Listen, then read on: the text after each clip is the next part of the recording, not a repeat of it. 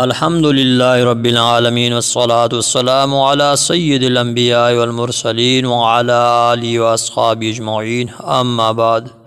سلسلہ معلومات اسلام کے معزز سامعین، حضرت سیدنا عثمان رضی اللہ تعالیٰ عنہ کی شہادت کی کچھ وجوہات آپ کی خدمت میں عرض کی جاتی ہیں۔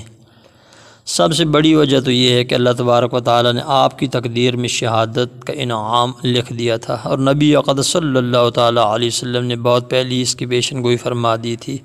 بخاری شریف میں ایک نبی اقدس صلی اللہ تعالیٰ علیہ وسلم اود پہاڑ پر چڑھے تشریف لے گئے۔ حضرت ابوبکر صدیق، حضرت عمر فاروق اور حضرت عثمان غنی رضی اللہ تعالیٰ عنہ مجمعین بھی ساتھ ہی تھے۔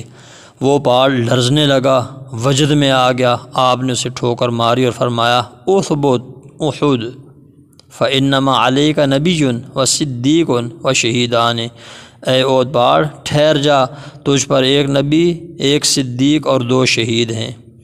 ترمذی شریف میں ہے کہ آپ نے ایک فتنہ کا ذکر فرمایا، اس میں یہ بھی بتایا کہ یقتل ھذا فی مظلوما، کہ حضرت عثمان اس فتنے میں شہید کر دیے جائیں گے، اور شہید کرنے والے ظالم ہوں گے، ان پر ظلم کرتے ہوئے ان کو شہید کر دیں گے۔ تو ایسے ہی ہوا۔ 12 سال آپ نے خلافت فرمائی۔ پہلے 6 سال بہت اچھے گزرے، پھر لوگوں نے طرح طرح کے فتنے شروع کر دیے، آپ پر طرح طرح کے الزام لگائے گئے، نئی اقوام مسلمان ہوئیں، وہ فتنہ بعض لوگوں کی پارٹی میں شامل ہو گئیں، بنی امیہ اور بنی ہاشم کو آپس میں لڑانے کے منصوبے تیار کیے گئے، جو علاقے فتح ہوئے ان کے لوگ اسلام سے انتقام کی خاطر سازشیں کرنے لگے اور سازشیوں کی پارٹیوں میں شامل ہو گئے۔ مجوس اور یہودی اس میں پیش تھے۔ صحابہ کرام کی تعداد کم ہوتی چلی جا رہی تھی۔ حکومت اور خلافت بحکم حدیث قریش خاندان سے مختص تھی، اس پر بہت سی تنقید کی جا رہی تھی۔ کوفہ کے لوگ بہت زیادہ فتنے برپا کر رہے تھے کہ ہمیں بھی حکمرانی دی جائے، ہم نے بھی جہاد کیے ہیں، قریش کا کیا ہی اختصاص بنتا ہے، ہمارا بھی بنتا ہے۔ مصر میں ابن سبا یہودی کی سازشیں اپنے عروج پر تھیں، وہ بنی امیہ اور بنی ہاشم کے فضائل کا موازنہ کرتا اور حضرت مولا علی رضی اللہ تعالیٰ عنہ کے فضائل بیان کر کے ان کو خلافت دلوانے کے لیے لوگوں کا ذہن تیار کرتا۔ مدینہ شریف میں بھی فتنہ بازی اپنے عروج پر تھی۔ ایک دفعہ مدینہ شریف میں آپ رضی اللہ تعالیٰ عنہ کو ممبر پر زخمی کر دیا گیا اور خطبہ بھی مکمل نہیں کرنے دیا گیا۔ انہی دنوں کسی نے حضرت عثمان رضی اللہ تعالیٰ عنہ کا لیٹر پیڈ اور آپ کی مہر مخصوص چھپا کر کچھ لوگوں کے قتل کا حکم لکھ کر وہ خط کدھر روانہ کیا، وہ پکڑا گیا۔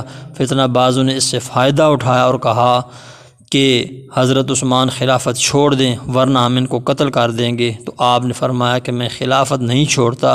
وجہ اس کی یہ ہے کہ نبی اقدس صلی اللہ تعالیٰ علیہ وسلم نے مجھے فرمایا، یا عثمان انہ لعل اللہ یکمسک قمیصا فإن ارادوا علی خلعہ فلا تخلعوا لهم، او کما قال النبی صلی اللہ علیہ وسلم۔ اے عثمان، اللہ تبارک و تعالیٰ تجھے خلافت کی قمیص پہنائے گا، لوگ ارادہ کریں گے اس کے اتارنے کا، تجھ سے خلافت چھوڑنے کا، لیکن تو اس قمیص سے خلافت کو نہ اتارنا، خلافت کو ان کے حوالے نہ کرنا۔ تو آپ نے اس فرمان پر عمل کیا۔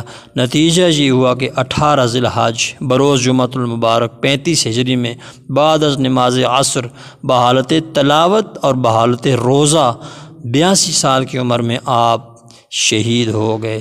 40 دن تک لوگوں نے محاصرہ کیے رکھا، کسی دن کچھ چھپے چھپائے کھانا پانی پہنچ جائے تو فابیا، ورنہ بھوک پیاس اور روزہ ہی ہوتا تھا۔